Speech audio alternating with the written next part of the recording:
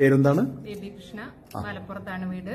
ഇതെന്റെ husband Unnikrishnan. Tell me. ഐപേഴ്സ് ഉപയോഗിക്കാൻ കാരണം ഞാന് ഒരു ജനറൽ നഴ്സിംഗ് കഴിഞ്ഞ ഒരാളാണ്. ഞാൻ 10 വർഷത്തോളം ഹോസ്പിറ്റലിൽ വർക്ക് ചെയ്തിട്ടുണ്ട്. അപ്പൊ എനിക്ക് 13 വയസ്സുള്ള ഒരു ബേബി ഉണ്ട്. ഒരു സെക്കൻഡ് ബേബിക്ക് വേണ്ടിയിട്ട് ഞങ്ങൾ ഒരുപാട് ട്രീറ്റ്മെന്റ് ചെയ്തിരുന്നു. 6 വർഷത്തോളം ട്രീറ്റ്മെന്റ് ചെയ്തു. 4-5 ലക്ഷം രൂപ ചെലവാക്കി 2 സർജറി ചെയ്തു. അതിനുശേഷം നമ്മൾ എത്തിപ്പെട്ടത് ഒരു IVF സെന്ററിലാണ്.